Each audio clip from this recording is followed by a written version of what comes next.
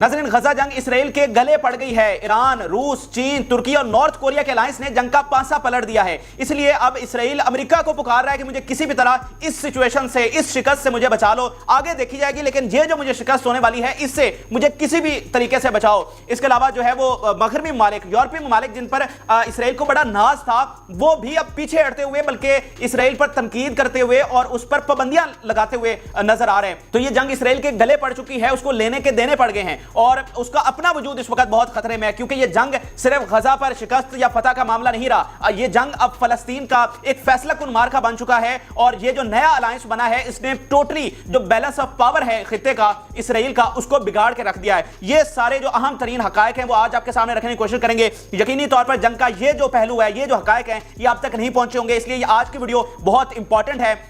आप इस वीडियो को जरूर देखें, क्योंकि ये जो हकायक हैं, क्योंकि आपको हर जगह पर इसराइल डोमिनेट करता हुआ नजर आ रहा होगा, लेकिन ऐसा कोई उसको डोमिनेंस नहीं मिली, उसको ऐसी कोई कामयाबी नहीं मिली, उसको ऐसी कोई फतह नहीं मिली। वो सिर्फ अपनी नाकामियों को बमबारी के नीचे 79 मासूम फलस्तीनियों को शहीद करके अपनी नाकामियों को छुपा रहा है और ये चाह रहा है कि सारी तवज्जो वहां पर लगी रहे और उसकी जो नाकामियां वो छुप जाएं। तो आज हम उसका पर्दाचाक करेंगे, उसकी सारी नाकामियों को बेनकाब करेंगे कि वो किस तरह तमाम महाजों पर इस वक्त शिकस्त खा चुका है। देखिए, 3 महाज हैं। एक है गजा का फौजी महाज, दूसरा है मिडल ईस्ट का महाज और तीसरा है आलमी सिफारती महाज। और इन तीनों पर इसराइल जो है वो फेल हो चुका है। बल्कि एक चौथा महाज भी है और वो है उसका इंटरनली जो मामलात हैं, और उस पर भी वो मुकम्मल तौर पर फेल हो चुका है, क्योंकि जो इसराइल के शहरी हैं उसका अपनी रियासत से एतमाद उठ गया है, उनका अपनी इंटेलिजेंस, अपनी सिक्योरिटी से एतमाद उठ गया है। उनको जो 7 अक्टूबर को हमला हुआ है उसके बाद उनको समझ आई है, भाई हम तो किसी जो के है ही नहीं, इसका मतलब कल को कोई भी कहीं से भी आएगा और वो हम पर अटैक करके चला जाएगा। तो इस चीज ने उनका एतमाद जो है वो अपनी रियासत की सिक्योरिटी, उसकी इंटेलिजेंस पर खत्म कर दिया। और यही वजह है कि बड़ी तादाद में इसराइली जो हैं वो अपना मुल्क छोड़कर जा रहे हैं। इस वक्त स्टैट्स के मुताबिक 2 लाख से ज्यादा इसराइली जो हैं वो मुल्क छोड़ चुके हैं। ये सबसे बड़ी तादाद है, क्योंकि उनकी कुल आबादी जो है वो 80 लाख है, यानी लाहौर शहर से भी उनकी कम आबादी है। तो वहां पर इतनी बड़ी तादाद में इसराइली अपना मुल्क छोड़कर भाग चुके हैं कि भाई यहां पर तो हमारी सिक्योरिटी नहीं है। तो वो जो अपने अंदर का महाज था वो भी हार चुका है। आपने देखा कि वहां पर कितने बड़े बड़े मुजाहरे हो रहे हैं और नेतन्याहू के घर तक पर हमला हुआ है। तो इस तरह इसराइल की सारी हवा निकल गई है और उसके शहरियों को पता चल गया है कि भाई हमारी इंटेलिजेंस और हमारी सिक्योरिटी जो है वो एक पानी का बुलबुला साबित हुई है। इसराइल की जो सिक्योरिटी है वो उसी दिन धड़न तख्ता हो गई थी जब 7 अक्टूबर को हमला हुआ था। ये हमला इतना सरप्राइजिंग था और इतना होश उड़ा देने वाला था कि 75 साल की जो इन्वेस्टमेंट है, 75 साल की जो सिक्योरिटी है, जो टेक्नोलॉजी है, जो एडवांसमेंट है, जो उनकी इंटेलिजेंस है, उसको उसने उड़ा के रख दिया था एक ही हमले ने। इसीलिए वो गजा पर इतनी भारी तादाद में बमबारी कर रहा है कि वो जो उसकी फौरी तौर पर डोमिनेंस और दुनिया में और खासतौर पर मिडल ईस्ट में जो दबदबा उसका खत्म कर दिया था एक ही हमले ने, उसको इस बमबारी के नीचे छुपाया जाए। लेकिन वो खुद ये जानता है कि पानी सर से गुजर चुका है, हम दुनिया के सामने किस तरह से बेनकाब हो चुके हैं। और यही वजह है कि आज वो अरब ममालिक जिनके बारे में हम सोच भी नहीं सकते थे, वो भी आंखें दिखा रहे हैं और शायद उनको भी इस हमले ने करज दी है कि एक छोटे से इलाके की छोटी सी तंजीम अगर खड़ी हो सकती है तो हम इतने भारी वसाइल वाले, दौलत वाले, हमारी अपनी फौजें हैं, हम इनके सामने आंखों में आंखें डालकर बात भी नहीं कर सकते। अब आगे चलिए, तो 7 अक्टूबर के बाद इसराइल फिर भी एक ताकतवर रियासत के तौर पर जरूर इस जंग में गया था। उसने अमेरिका को एतमाद में लिया, अमेरिका ने उसको ग्रीन लाइट दी। फिर जो यूरोपियन ममालिक हैं उन्होंने मुकम्मल तौर पर साथ दिया, चाहे वो मीडिया पर बयानियां बनाना हो या हथियार देना हो या एड देना हो। लेकिन वो सारा जो है वो धड़न तख्ता हो गया, वो सारा जो इत्तेहाद था वो खत्म हो गया 2 चीजों की वजह से। एक, फौजी नाकामी की वजह से, जो वहां पर रेजिस्टेंस फोर्सेस ने इनके टैंकों का कब्रिस्तान बना दिया है और इनके जो फौजी वहां पर मारे जा रहे हैं, जो इंतहाई बड़ी इनको वहां पर फौजी नाकामी हो रही है, उससे उनके इत्तेहादी पीछे हट गए। फिर जो दूसरा एक बड़ा चीज उन्होंने की कि जो सिविलियंस की इतनी ज्यादा वहां पर शहादतें हुई हैं, उसने दुनिया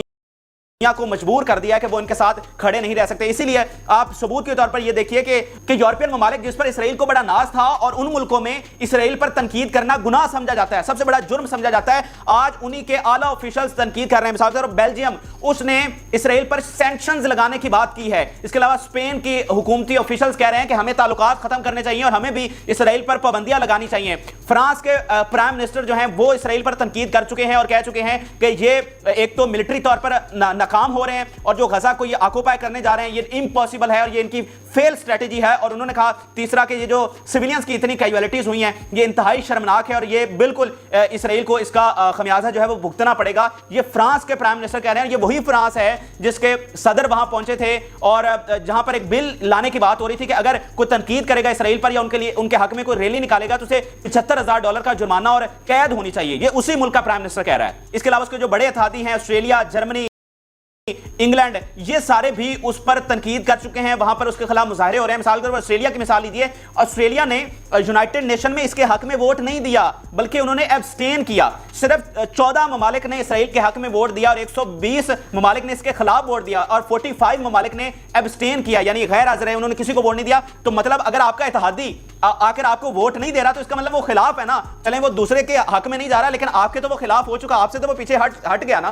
तो और इसके अलावा ऑस्ट्रेलिया के पार्लियामेंट में शदीद तनकीद की गई है और इनके जो कंडक्ट है गजा में उसको शदीद तनकीद का निशाना बनाया। तो इस तरह अगर आप पिछले 100 साल की हिस्ट्री उठाकर देखें तो इस एक हमले ने और 30 दिनों की जंग ने इतना कुछ बदल के रख दिया कि जिसकी कोई मिसाल नहीं मिलती। और यही रेजिस्टेंस फोर्सेस का प्लान था कि इनको किस तरह से बेनकाब करना है। और अब अमेरिका जो इसका सबसे बड़ा इत्तेहादी है, नो डाउटली वो अभी तक इसराइल के साथ खड़ा है लेकिन 2 कदम दिन ब दिन पीछे हटता हुआ नजर आ रहा है। उसका सबसे बड़ा सबूत 2 चीजें हैं। एक तो ब्लिंकन ने कहा कि इसराइल जो है वो गजा को मुकम्मल तौर पर ऑक्यूपाई करने की और उस पर कब्जा करने की और उसको कंट्रोल करने की सलाहियत नहीं रखता, इसलिए हमें कोई मुतबादल सिस्टम वहां पर लाना पड़ेगा, किसी मुतबादल अथॉरिटी को वहां पर लाना पड़ेगा। दूसरा, उनसे जब मीडिया ने पूछा कि क्या आप रेजिस्टेंस फोर्सेस के खात्मे तक, जो जंग जारी है उसके खात्मे तक इसराइल के साथ खड़े रहेंगे, तो उन्होंने कहा कि हम इस चीज की गारंटी नहीं देते। ये वही अमेरिका है जो सबसे बड़ा इत्तेहादी है, जो सबसे ज्यादा एड दे रहा है, जो कह रहा है कि इसराइल के लिए कोई रेड लाइन नहीं है, जो कह रहा है कि इसराइल को किसी को जस्टिफिकेशन नहीं देने की जरूरत है। ये पहले दिन उनके बयान थे लेकिन आज अगर आप उनके बयान देखें तो वो टोटली मुख्तलिफ है। देखें, मैं ये नहीं कह रहा कि वो इसराइल को तनहा छोड़कर जा रहे हैं, लेकिन अगर इस सुपर पावर और उनका सबसे बड़ा इत्तेहादी यानी बगल बचा है ना इसराइल उनका, और ये उनके हथियारों का भी सबसे बड़ा डीलर है और मिडल ईस्ट में उन्हीं का नुमाइंदा है, और मतलब इसराइल को बचाना उनके मफादात में इस तरह से है कि पूरे मिडल ईस्ट में वो किसके जरिए हुकूमत करते हैं, इसराइल के जरिए करते हैं। तो ये उनके मफादात में है। अगर वो अपने बगल बच्चे के बारे में कह रहे हैं कि भाई हम गारंटी नहीं दे सकते, तो क्या ये कोई मामूली बात है? लेकिन मसला यह है कि अमेरिका के जो दीगर मफादात हैं, जो उनकी बेसिस हैं, जो एंटी अमेरिकनिज्म का बयानिया है, उसके अपने अंदर जो प्रेशर है, जो इख्तलाफात हैं, अवाम का प्रेशर है, वो उसको धचका पहुंच रहा है, जो आलमी शोहरत है उसको धचका पहुंच रहा है। इसलिए अमेरिका के लिए भी बड़ा मुश्किल हो रहा है। हमने देखा तुर्की में अवाम उनकी बेसिस में घुसे हैं और उनके जो बेसिस हैं पूरे मिडिल ईस्ट में उन पर अटैक्स हो रहे हैं। तो अमेरिका के लिए इस तरह बड़ी प्रॉब्लम है। लेकिन इसराइल के कहने पर अमेरिका ने मुख्तलिफ हरबे भी आजमाए हैं कि वो इनको किसी तरीके से जीत दिलवा सके। मिसाल के तौर पर जब जंग शुरू हुई तो इसराइल ने उन्हें कहा कि 20 दिन में हम इनका सफाया कर देंगे और 20 दिनों में आपने सिफारती प्रेशर को भी हैंडल करना है, आपने बयानिए को भी हैंडल करना है और एड भी देनी है। तो उस पर ग्रीन लाइट उन्होंने दे दी कि ठीक है आप जाएं, 20 दिनों में हम हैंडल कर लेंगे, आर्मी प्रेशर, यूनाइटेड नेशन, ये वो सारी चीजें हैंडल कर लेंगे। और उसके बाद दूसरा, इसराइल ने उन्हें कहा कि आप अरबों के पास जाएं और अरबों को कहें कि हम जो कुछ भी करेंगे गजा में आपने इस जंग में नहीं कूदना। और अरबों से मुराद मेरी सऊदी अरब है, यूएई है, जॉर्डन है, ओमान है और बहरीन और ये ममालिक हैं, क्योंकि ईरान उनका मुखालिफ है, तुर्की उनके खिलाफ खड़ा हुआ है। तो इन ममालिक का ब्लिंकन ने 3 बार दौरा किया और बार बार उन्हें कहा कि आपने जंग में कूदना नहीं है। लेकिन ये ममालिक बार बार सीज फायर का मुतालबा करते रहे और ये कहते रहे कि अगर ये जंग नहीं रुकती तो फिर हमें मजबूरन इस जंग में कूदना पड़ेगा। तो वो जो टाइम था जितना वो अरबों पर प्रेशर डाल सकते थे वो उन्होंने डाल दिया और अब वो वाला वक्त भी खत्म हो चुका है। फिर उसके बाद अमेरिका ने क्या किया कि अपनी न्यूक्लियर सबमरीन भेज दी कि ताकि मैं सबको जरा खौफजदा करके रखूंगा, भाई इधर जो कुछ हो रहा है इधर मत आना, गजा की तरफ ना देखना, वरना हम तुम पर न्यूक्लियर बम गिरा देंगे। उन्होंने अपनी सबमरीन भेजी, फिर पब्लिकली उसका ऐलान किया। ये वाज़ेह इशारा था कि भाई इधर मुंह मत करना, यानी उन्होंने टाइम बाय करने की कोशिश की, ज्यादा से ज्यादा वक्त इसराइल को देने की कोशिश की। लेकिन गड़बड़ कहां पर हुई? गड़बड़ वही 2 चीजों पर, एक सिविलियन कैजुअलिटीज, दूसरा फौजी महाज पर नाकामी। अगर 20 दिनों में इसराइल जो कि कैलकुलेशन करके गया था 20 दिनों में वो सफाया कर देते तो फिर मसला नहीं होना था। लेकिन मसला कहां पर हुआ? जब उन्हें फौजी मकाम पर नाकामी हुई और अब उन्हें समझ आई है कि भाई ये जंग तो साल भी खत्म नहीं होने वाली।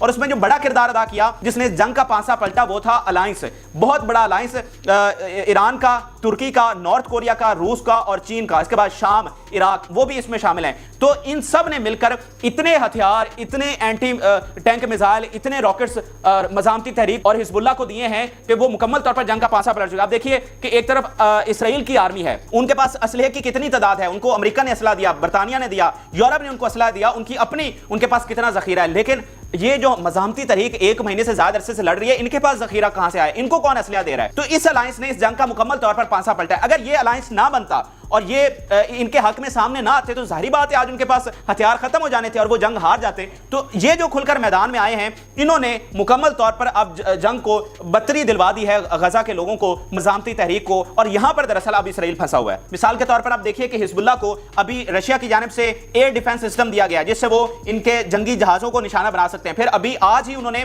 جو اینٹی شپ میزائل ہیں یعنی ان کی نیوی سے کس طرح سے لڑنا ہے وہ انہوں نے بھیجا ہے. اور جو غزہ میں جو مزاحمتی تحریک جو اینٹی ٹینک میزائل یوز کر رہی ہے وہ روسی ساختہ ہیں. جو راکٹ لانچر جو رائفلیں استعمال کی جا رہی ہیں وہ ساری روسی ساختہ ہیں. تو اس طرح اسرائیل اب نہ آگے جا سکتا ہے اور نہ پیچھے جا سکتا ہے, یعنی نہ ہی اس جنگ میں وہ آگے پروسیڈ کر پا رہا ہے اور نہ ہی پل بیک کر پا رہا ہے. پھر جو انہوں نے ٹائم ایک فریم